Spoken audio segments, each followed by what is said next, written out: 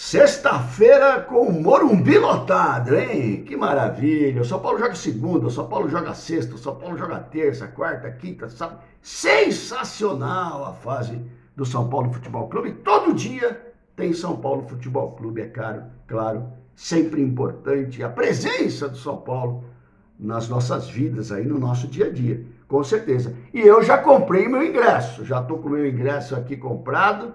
Olha lá, ó, São Paulo e Fortaleza, 30 de março de 1978. Meu Deus, hein? Quase 50 anos, quase meio século.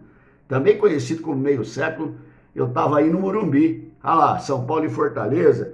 Interessante que eu peguei aqui a Bíblia. Todo São Paulo tem que ter essa Bíblia aqui, ó, do meu querido irmão Sátiro, né? São Paulo, Almanaque do São Paulo, sensacional, tudo sobre a vida, cada jogo do São Paulo Futebol Clube. Aí eu catei o almanaque aqui para lembrar desse jogo, e eu estava no Morumbi com mais 8.995 pessoas, 9 mil pessoas no Morumbi, tempo que o São Paulo ainda estava aumentando a sua torcida, forjando ainda o seu torcedor. Então o torcedor de São Paulo, a nutelada, pessoal mais novinho, acha que o São Paulo sempre, né? O São Paulo, em algumas partidas, botava 100 mil pessoas lá dentro. Só que grande parte dos jogos era um público pequenininho que a gente tinha, né? 30 de março de 78, lembrando que em 5 de março de 78, 25 dias antes, o São Paulo tinha sido campeão brasileiro, hein? Era para lotar o Morumbi, mas tinha 9 mil lá, corajosos que estavam lá na arquibancada. O São Paulo ganha de 2-0, gol de Zé Sérgio e gol do Neca, né? Olha só, quem lembra do Neca? O Neca quebrou a perna do Ângelo e o Chicão depois pisou. E o meu querido Zé Sérgio, sensacional, Zé Sérgio fez o gol também. O São Paulo foi a campo com Valdir Pérez, Getúlio Estevam, nosso querido Estevam, Bezerra e Antenor, Chicão Dario Pereira, que ainda jogava com a 10 nessa época, Neca, Edu Bala, ponta direita, depois entrou o Viana, o meu querido Mirandinha, depois o Miller II, não é esse Miller aí que depois vai fazer história no São Paulo, e Zé Sérgio, treinador, nosso querido Rubens Francisco Minelli. Meu Deus do céu, hein? Peguei agora a máquina do tempo e fui para um São Paulo em Fortaleza há quase 50 anos atrás. Torcedor do sofá aí, como tem alguns que chamam. Legal a gente reviver esses momentos do São Paulo, né? Reviver esses momentos do futebol, grandes, impactantes e significativos momentos do futebol, do São Paulo Futebol Clube. Morumbiteca, parabéns. E o São Paulo Raiz aqui também, não deixando a história morrer. Ronei Altieri, São Paulo Raiz na área. Satisfação, né? Satisfação falar com os irmãos na sexta-feira. Alguns irmãos descansando hoje, alguns irmãos trabalhando hoje. E a gente segue aí na batalha e na luta também. Sempre por um São Paulo, pela instituição cada vez melhor, cada vez mais protegida, né? Cada vez com menos gente mamando lá na teta, que é o que acontece muito no São Paulo. Partida de hoje para lá de interessante. Nós vamos ser o desfibrilador do Fortaleza, né? De novo, Fortaleza no mês de abril, irmãos, eu estava fazendo um levantamento aqui no papel de pão, o Fortaleza no mês de abril teve 3 derrotas e 5 empates. Olha isso. 3 derrotas e 5 empates no mês de abril. Ou seja, o time não ganhou no mês de abril inteiro. E agora pega o São Paulo Futebol Clube pela frente. Meu Deus, no Morumbi. Aí você vai levantar os últimos embates. A última derrota que o Fortaleza sofreu no Morumbi não foi essa de 78 não, tá bom? Foi em 2020, o São Paulo ganhou a partida em 2020, já está em 2025, está fazendo 5 anos, são 5 jogos, 4 vitórias e um empate do Fortaleza dentro do Morumbi. Meu Deus do céu, gente, né? Depois dessa última derrota que eles tiveram em 2020, o Fortaleza vem no Morumbi, 4 vitórias e um empate, Jesus amado.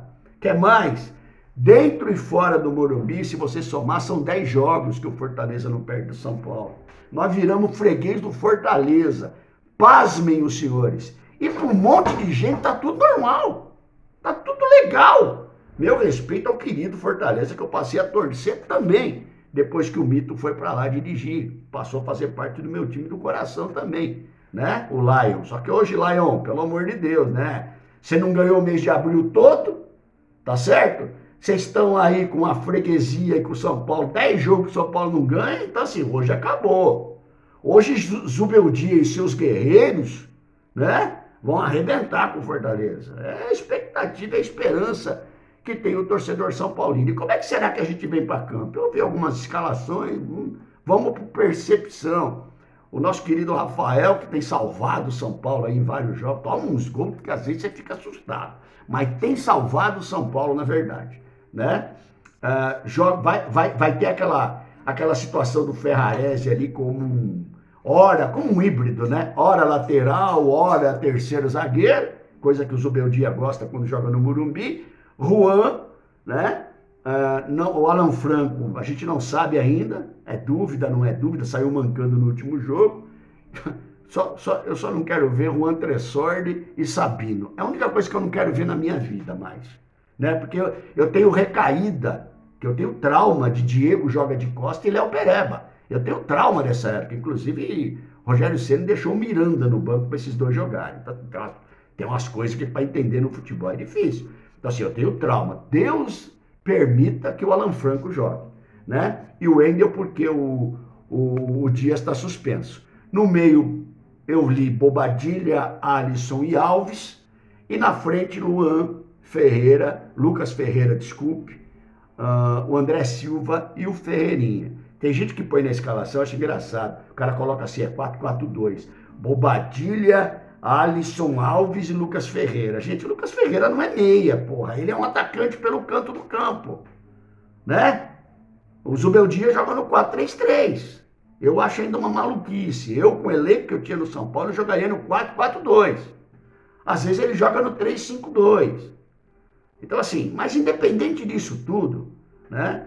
Eu vou repetir para você, mas o jogador tem que recompor. O jogador recompõe, mas se ele não tem cacuete, se ele não sabe marcar, ele só está ali para atrapalhar, porque ele não consegue fazer absolutamente nada. Tem que ter jogador de marcação no meio de campo, tem que ter jogador de criação.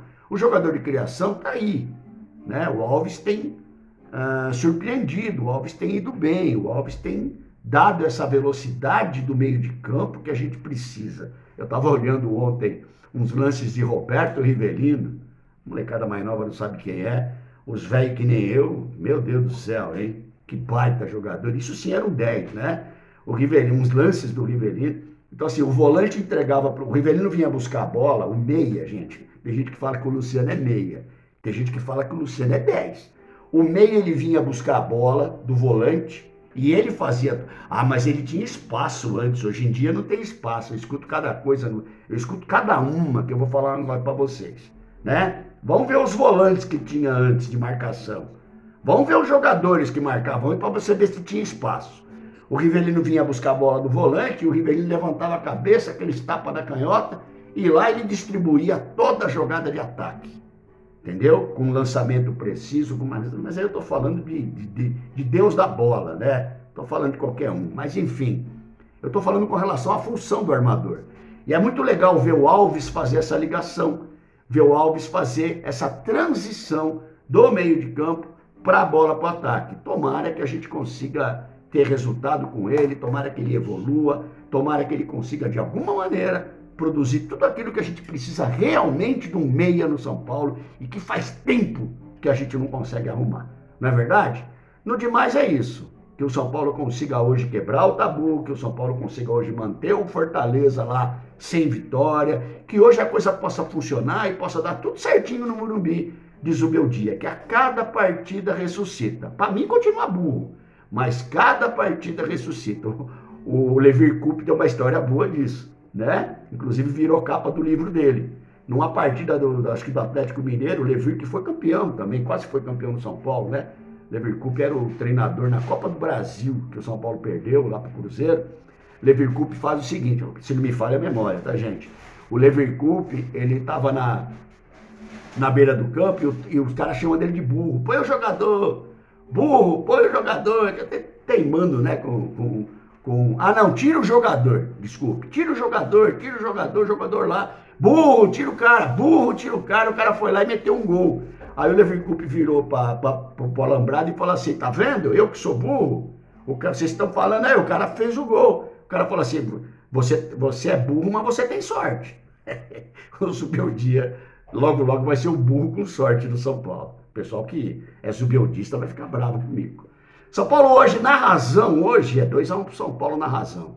E no coração é 1-0 pro São Paulo. Inverter, né, gente? Na razão é 1-0 pro São Paulo e no coração é 2-1 pro São Paulo. Rony Altieri, o que muda na fila do pão? Algumas coisas, conceito.